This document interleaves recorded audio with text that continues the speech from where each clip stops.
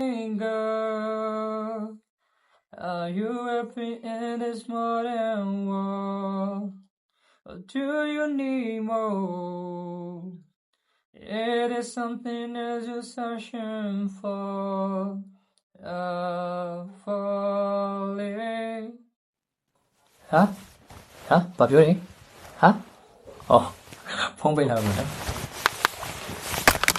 ဟုတ်တယ်ဟေးတငယ်ချင်းတွေကကြောက်မှမလာကြနဲ့ငါလည်းပြင်းနေတယ်အချင်းမဲနားထောင်ပြထားပြောပါအောင်လိုင်းကိစ္စ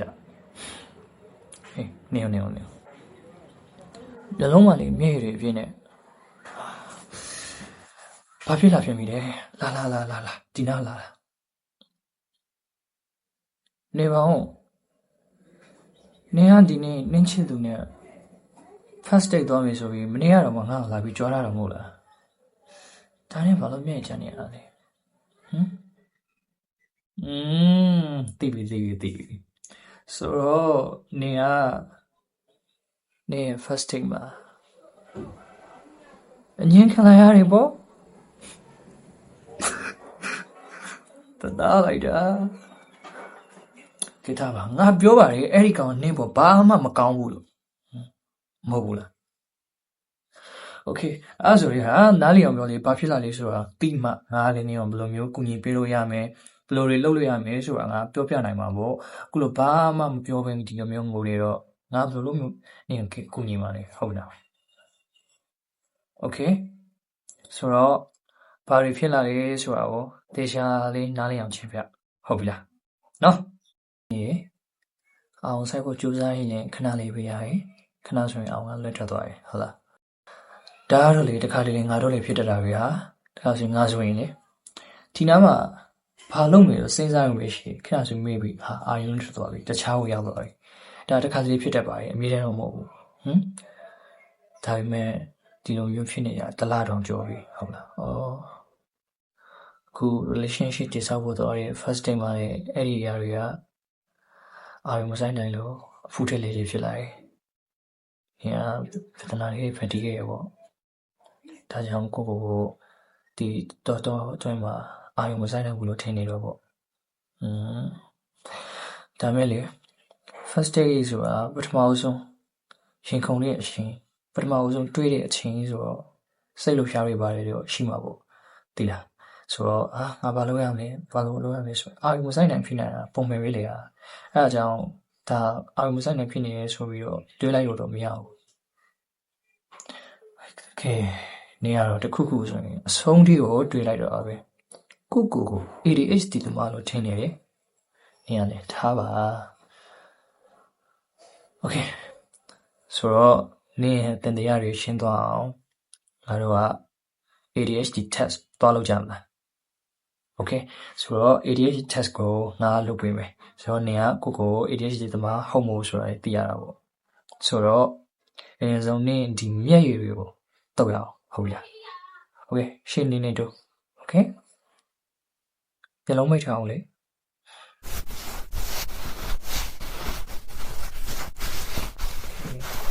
အခုဆို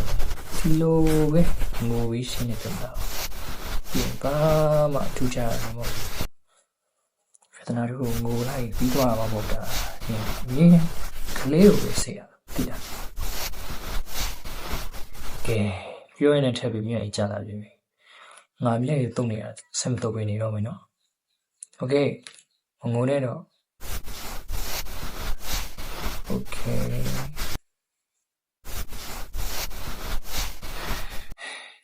ADHD test လုပ်မှာဆိုတော့ဒါဖြည်းဖြည်းပြောပြီးဖြည်းဖြည်းလုပ်ရတာရှိရယ်မြန်ပြောပြီးမြန်လိုက်လုပ်ရတာရှိရယ်ဆိုတော့ကျွန်တော်ပြောတဲ့အရာတွေကိုကိုကလိုက်လုံပေးအောင်ပဲဘာမှမခက်ဘူးဟုတ်ပြီလား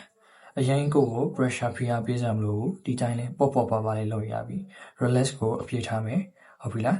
ဘာမှအောင်စမ်းမနေဘူးကျွန်တော်ပြောတာလေးကိုပဲလိုက်လုပ်ပေးရပြီ okay ဆိုတော့စလိုက်အောင်နော်ကျွန်တော်ဒီလက်ညှိုးလေးသွားနေအောင်လိုက်ကြည့်မယ်နော်Okay လက်ညှိုးလေးသွားရနေအောင်လိုက်ကြည့်မယ်လက်ညှိုးလေးသွားရနေအောင်လိုက်ကြည့်ပါမယ်ခင်ဗျာ Okay လက်ညှိုးလိုက်ကြည့်နေတော့ကျွန်တော်နှာခေါင်းကိုပဲလိုက်ကြည့်မယ်နော်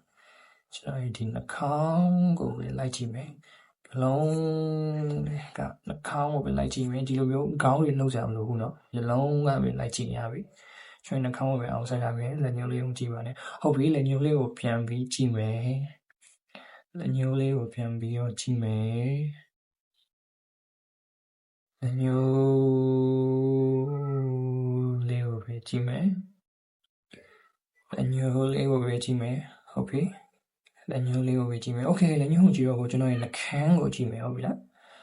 ကျွန်တော်ရဲ့နှာခမ်းလေးကိုကြည့်မယ်ကျွန်တော်ရဲ့နှာခမ်းလေးကိုပဲကြည့်မယ်ဟုတ်ပြီလား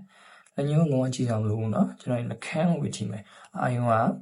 နှာခမ်းမှာပဲထားမယ်ဟုတ်ပြီလားဆိုတော့ကျွန်တော်ရဲ့နှာခမ်းကိုကြည့်မယ်โอเคဒီကလက်ညှိုးကိုပြင်ကြည့်မယ်လက်ညှိုးကိုပြန်ကြည့်မယ်ဒီလက်ကလေးတွန်းရအောင်ပြန်ကြည့်မယ်ဟုတ်ပြီလက်ကလေးတွန်းရပဲပြန်ကြည့်မယ်နော်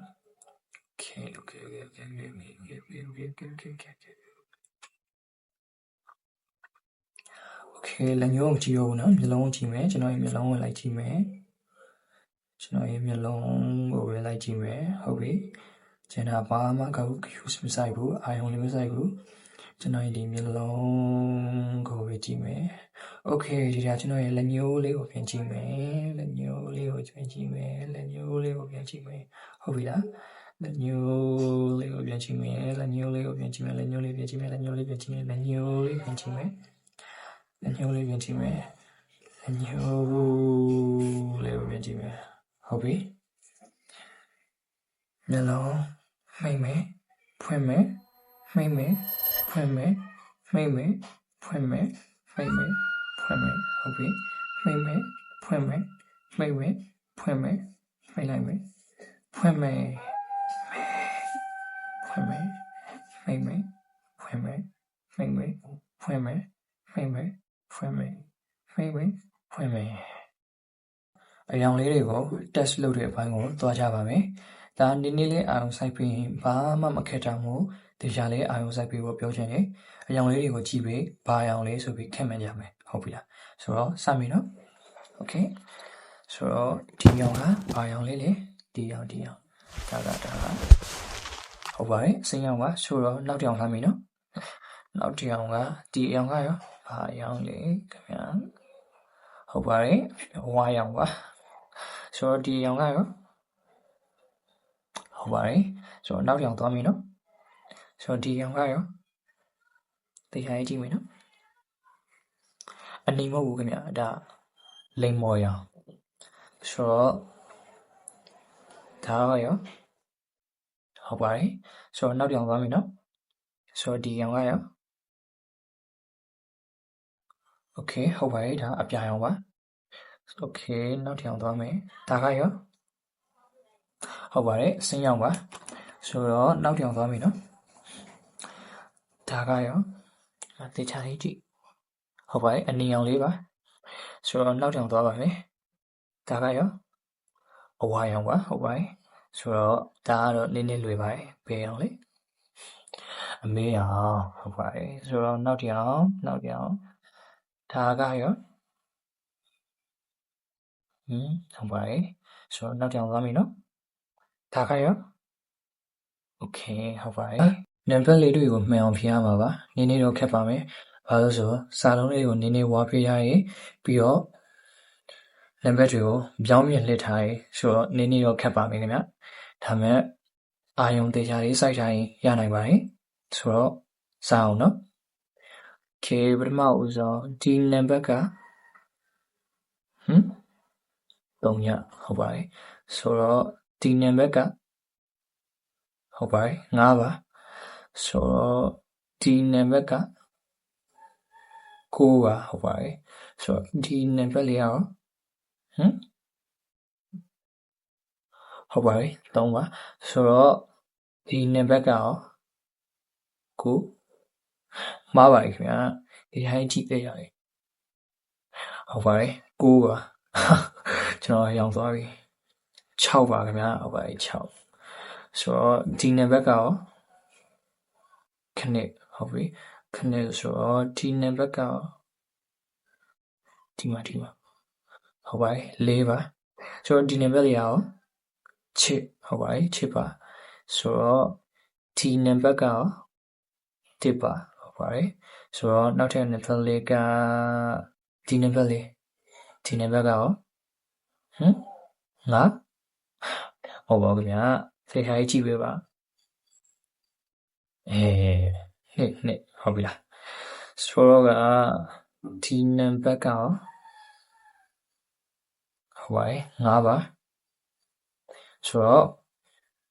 အယောင်လေးတွေနဲ့နံပါတ်တွေကိုခံမှန်းတာလေးပြီးဆုံးပါပြီကျွန်တော်ကဒီကနေပြီးအတန်လုံးမယ်အဲ့ဒီအတန်ကဘယ်နှချင်းမြေလေးဆိုတာကိုတေချာလေးနားထောင်ပြီးတော့ပြန်ပြောရမှာဖြစ်ပါတယ်ဆိုတော့တေချာလေးကိုအာရုံစိုက်ဖို့လိုပါမယ်နည်းနည်းလေးခံနိုင်တာမို့နော်အတန်ကဖြည်းဖြည်းလေးမြင်နိုင်လို့မြန်မြန်မြင်တဲ့အခါလေးရှိမယ်ဟုတ်ပြီလားဆိုတော့အာရုံလေးတေချာစိုက်ထားဖို့လိုပါမယ်ဟုတ်ပြီလားဆိုတော့စကြမယ်โอเค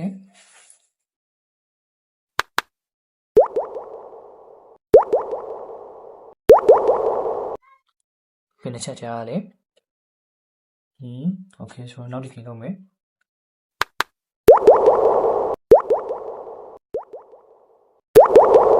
ဘယ်နှချက်ကြားရလဲဟုတ်ပြီဆိုတော့နောက်တစ်ခါလုပ်မယ်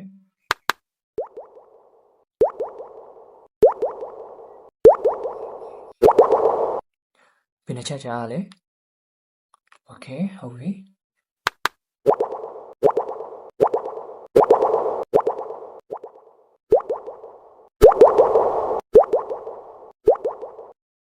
ဘယ်နှချက်ကြားရလဲနည်းနည်းလေးကြည်ကြည်လောက်ဖြည်းဖြည်းပါလားโอเคဟုတ်ပြီ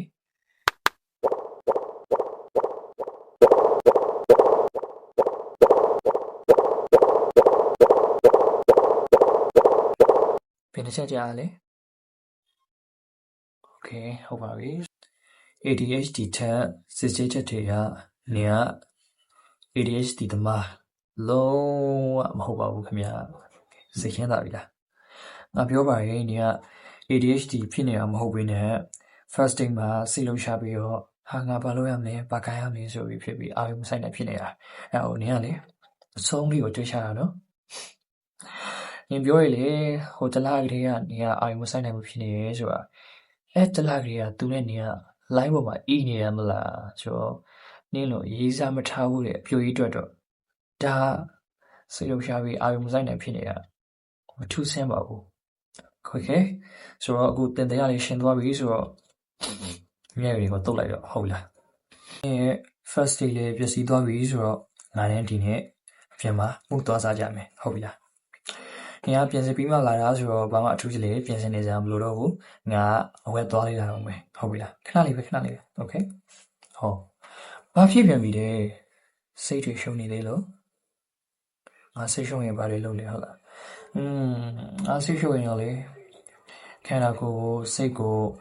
relax ဖြစ်စေတဲ့အသံလေးတွေနားထောင်ဖြစ်တယ်နင်နားထောင်ကြည့်မလားโอเคဆိုတော့โอเคချက်လိုက်ပြီဒါနေနားထောင်ပြီဆိုရင်မျက်လုံးလေးဖိတ်နားထောင်ရမယ်နော်โอเคပြီးတော့အိတ်မသွားနိုင်အောင်ငါခဏလေးပဲအဝက်သွားလေးမှာโอเคဆိုတော့မျက်လုံးမိတ်မယ်မျက်လုံးလေးမိတ်လိုက်မယ်โอเค